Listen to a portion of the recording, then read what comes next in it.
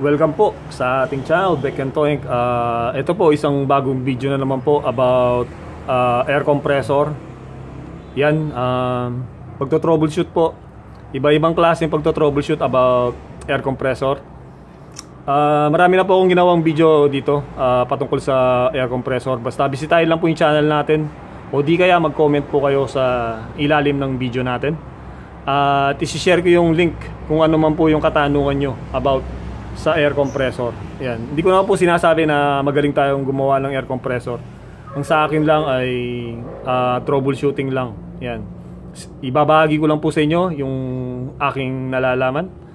Yan po. Yan lang po yung sa akin, para parang sharing lang ng idea. Yan. May nagtanong sa atin kasi nag-upload na tayo ng mga topic po about air compressor. May nagtanong po sa atin. Ito, sabi niya, ang sabi niya po, yung sa kanya pag sinaksak niya ayaw umandar. Yan. Yan po, isang magandang topic mga bossing. Siyempre po pag ayaw umandar niyan, ito na yung gagawin natin. Yan. Una, dito tayo sa saksakan. Yan. Pakikita ko yung troubleshooting na gagawin natin kung bakit ayaw umandar ng ating compressor. Gagamit tayo ng tester. Siyempre, kailangan natin ng tester mga bossing. Yan. Pag wala tayong tester, hindi natin matetest yung ating compressor kung ano yung trouble nya, lalo na kung ayaw umandar niyan. Yan. Ito po, sa pagtetest po ng ganito, kahit anuman pong power tools o appliances o di kaya gaya nito air compressor, siyempre mag-uumpisa tayo dito sa saksakan. Yan, saksakan tayo, test nyo yung cord kung hindi patid yung linya natin. Ito, ganito to po yung gagawin natin. Sa tester ay lilipat tayo ng ohms. Yan, sa ohms po tayo. Yan, makikita nyo yung tester nyo, meron siyang nakalagay na ohms. Yan po. Yan, omega sign. Yan, ayan po yung tinatawag nilang ohms. Lalagay natin dyan. Yan, set ko siya sa 1000K. Kahit ano po dyan pwede. Yan, kahit ano dyan pwede naman. Tapos testingin muna natin kung gagalaw na yung needle ng tester natin. Short video lang po to kasi hanggang 20 minutes lang tayo. Yan, ipapasok natin siya sa 20 minutes. Ayan, gumalaw siya. Ibig sabihin okay na yung tester natin. Nakaset na tayo ng tamang setting kasi gumalaw na siya. Ngayon tetest natin yung cord at saksakan natin, yung daloy po ng alambre natin o yung wire natin, kung tuloy-tuloy ba yung kung wala siyang patid. Yan, ito yung cordon natin. Yan, bibitawan ko. Ito yung dulo kasi ito na yung nakatap, at ito naman po yung dulo dun sa kabila. Yan, ito, dito tayo mga bossing. Tapos kung mapapansin nyo, may switch dito yan.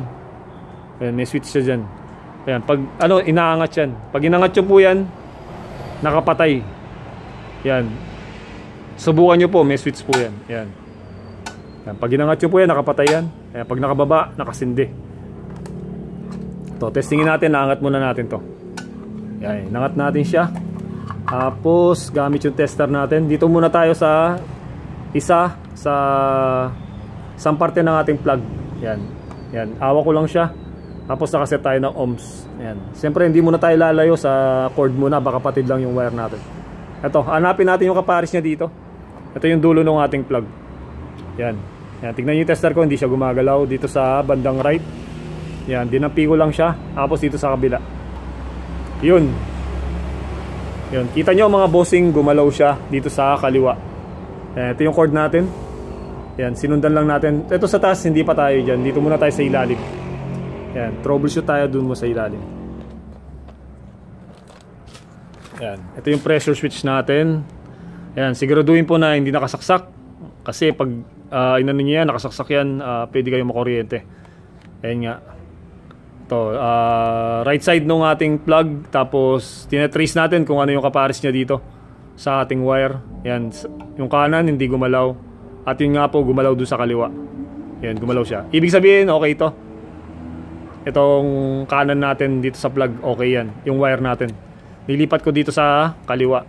Yan, lipat natin sa kaliwa. Yan, ganun pa rin yung procedure, ulitin lang natin. Yan, ulitin lang natin. Same procedure pa rin po. Dapat gagalaw pa rin yung ating tester. Ibig sabihin, dadaloy yung kuryente natin doon pag ganun. Papasok yung kuryente pag ito gumalaw siya dito sa dulo. Yan, walang patid yung wire natin. At yung plug natin okay din siya. Yan po, nasa kaliwa tayo ng ating plug. At dito tayo sa kanan. Yan, gumalaw siya dito sa kanan. Yun, okay siya. Okay po siya. At dapat ito nakataas. Kasi pag binaba po natin yan, yan, tingnan nyo. Pag nakaswitch yan, tingnan natin yung kung ano mangyayari. Ayun, gumalaw siya ng parehas kasi nakaswitch na po siya.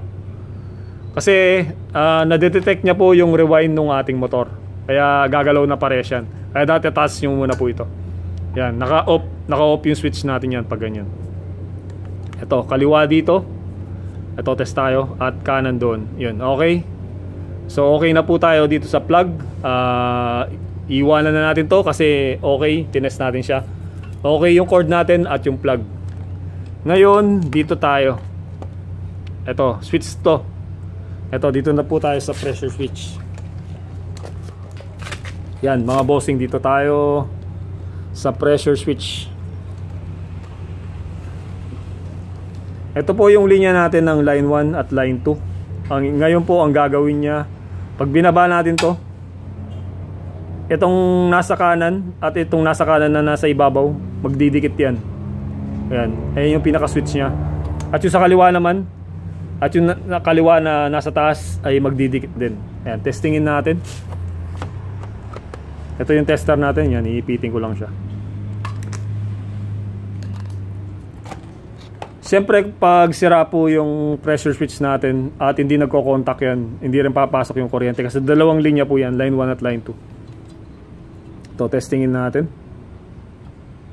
Yan. Yan po yung sinasabi ko, gumalaw siya. Kanan na nasa ibaba at itong kanan na nasa ibabaw. Ito, nakababa to, naka-on tayo niyan. Yan, switch po to. Tignan nyo pag tinaas ko siya. Yung tester po natin, tignan natin. Yun, kita nyo po, bumaba. Yan, tapos bababa natin, switch natin. Yun. Pagka pindot po natin, pagkababa nito, nag-switch siya. At yun, pumalo siya. Ibig sabihin, dumikit siya. Ngayon, dun tayo sa kaliwa. Okay na po yung kanan natin. Dito naman tayo sa kaliwa. Yan, gumalaw siya. Ngayon, naka-on na yan, yung switch natin sa pressure switch. Yan. Yan, tignan nyo po. Yun. Para may problema yung ano natin dito. Sa parte na to. Yan, sinusumpong. Yan. Sinusumpong yung ating switch dun sa kabila. Yan. Yan, kikita nyo naman po na sinusumpong siya. Yan, may sumpong siya. Hindi katulad dito sa kabila. Dito sa kabila, makikita nyo na namamatay siya. Yan, nakapatay dapat yan, pag pinatay nyo, yan, hindi siya gagalaw. Yan, baba natin. Yun, nag-switch siya. Taasan natin, seset ko na ng 10K para malakas yung palo. Yan, para malakas lang yung palo niya. Seset na natin ng 10K. Yan. Yan, sagad po siya. Ulitin natin, yan, naka-on siya. Yun, baba. Yun, dumulo siya sa kaliwa. Nakapatay. Ngayon, on. Yun, okay. Okay yung kanan natin. Ngayon, lipat tayo dito sa kaliwa. Isa pa. Kaliwa naman tayo. Yun, nakapalo siya. Yan, sumagad na, okay na. Tapos baba natin, ay tinaas natin. Naka-switch pa rin. Yan, ibig sabihin may problema yung pressure switch natin, yung isang linya niya. Para makasigurado tayo, syempre, tatanggalin natin yung isang wire dito. I-remove muna natin yung isang wire, yung pagkakatap niya. Ito yung takip niya kanina. Hindi ko na pinakita sa video natin. Tinanggal natin dito yung screw. Yan. Tatanggalin ko yung isa. Yan, pag ginagalaw niyo po ito, siguraduhin pong hindi nakasaksak. Makukuryente tayo pag 220 volts po ito. Yan, tinanggal ko lang yung isang linya. Kasi nakikita natin na bakit gumagalaw dun sa kabila pag nakaangat na siya. Dapat hindi na po gagalaw yun sa kabila pag nakaangat na. Gaya dito. Yan. Pwede rin natin tanggalin itong isa para sigurado tayo. Tatanggalin na rin natin yung isa. Yan. Kahit magkabaliktad po yan, wala naman pong problema. Yan. Pero mas maganda ibabalik nyo rin sa dati kasi baka mag-reverse yung ikot. Yan. Pwede rin kasi mag-reverse yung ikot.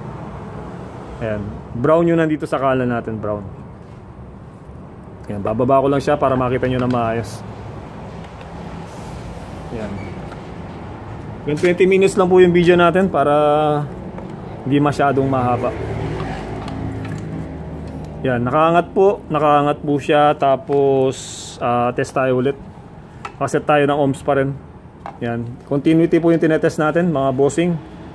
Continuity, ibig sabihin tinetest natin kung sira o tuloy-tuloy po ba yung daloy niya, yung daloy ng kuryente o napatid siya. Yan, switch natin. Yan, makikita nyo na yun, gumalaw. Ito po, balik po tayo mga bossing. Yan, makikita nyo po nakatap tayo doon sa kaliwa nung parte ng pressure switch. Yan, gumagalaw na siya agad. Yan, gumagalaw na po siya agad.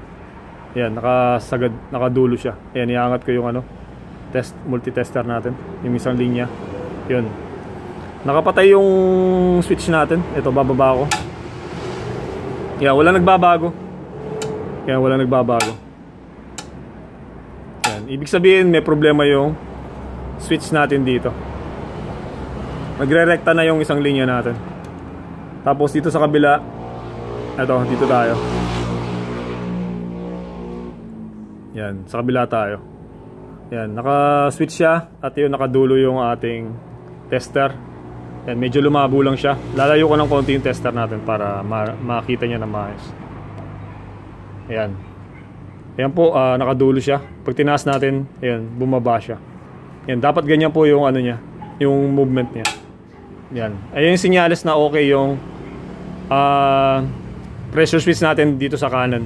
Pero doon sa kaliwa may problema nga po siya. Pwede naman ganito yung gagawin natin dito. Yan. Tatap na lang natin dito sa ilalim. Ito. Yan. Parang ano pa rin.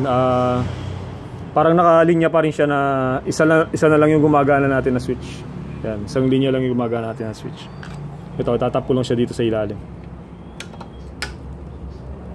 Pero pwede rin naman pong dito na lang sa taas. Ayan, pwede rin naman dun sa taas. Kasi gumagana pa naman yung isang linya natin. Pero dito sa parte ko, ito, binaba ko na lang siya dito sa ilalim. Ayan, binaba natin sa ilalim.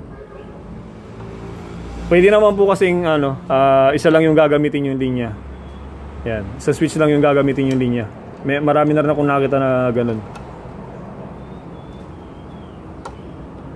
Yan. Bali direct na po yung isang linya natin. Ayun, baligtad siya. Ibabalik ko lang sa dati. Yung brown natin ay dito sa kanan. Yan, brown natin nasa kanan pala. Yan po. Pag hindi po umandar yung natin, pag hindi dumalo yung kuryente diyan, ibig sabihin may problema po yung pressure switch natin. Yan, makikita nyo naman sa ilalim yan. Dito. Yan, bababa natin. Yan, sa ilalim po. May makikita kayo dyan. Ayun, may contact point na tinatawag dyan. Yan. Yan. Ayan po yung nagdidikit sa dalawang linya. Tapos doon din sa kabila, doon sa bandang kanan. Bandang kaliwa. Yan, yan po yung nagdidikit yung contact point. Tapos ito nga po, yung nagtanong nga po na bakit ayaw umandar ng compressor nyo. Ito baka hindi nyo napansin yung switch. Pwede rin po kasi ito. Baka nakataas siya. Ayan, nakataas. Ayan, babaan nyo lang po yan. Ayan, dapat mararamdaman yung nag-click siya. Tapos, yun nga dapat, ito pa yung papunta dun sa natin, motor. Ito yung linya nung papunta dun sa motor. Ito siya. Ayan, papunta dun. Papunta na dito sa loob ng motor. Ayan, yung linya. Tapos yun nga, dadaan ng running capacitor. Yan, running capacitor. Yan, dadaan ng running capacitor. Pwedeng i-check rin po natin yung linya niya. Ito, bubuksan nyo to. Check nyo dyan kung may pumapasok din na kuryente dito. Ito, bubuksan natin para makumpleto yung video natin. Yan. Dapat natin to. Post ko muna. Ito po, bali dito na kayo magte-test ng kuryente niyan. Puputulin nyo yung linya dito para makasigurado kayo kung merong dumadaan na kuryente dito na 220 volts. Yan, dito sa linya na to. Yan, para makita natin kung talagang may kuryente. Hanggang dito po yung pagte-test natin. Pagkatapos dun sa pressure switch, dito na kayo yung papuntas dito sa motor. Yan, te-test nyo dyan. Tapos pag hindi pa rin umandar itong motor na to, kasi yung pump po, ito lang po yung umiilan yan, yung belt natin. Yan, ito yung belt. Doon sa pump wala na kayo doon, kasi ito na lang yung dito lang kayo sa motor at yung pressure switch, yung dinadaanan ng kuryente. Yan, ito pag umandar po yung motor, iilayin niya lang yan.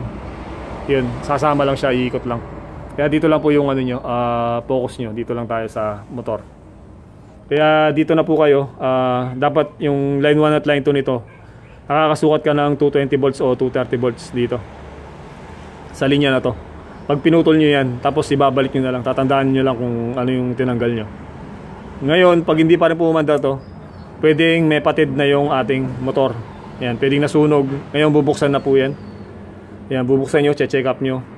At yung ibang motor na ganito, meron silang tinatawag na centrifugal switch. Yan, centrifugal switch. Yung meron siyang capacitor. Yan, bisitahin na lang po yung mag-comment na lang kayo. Ito, gagawin ko ng diagram para mabilis. Ito po yung diagram natin mga bossing. Ito yung po natin.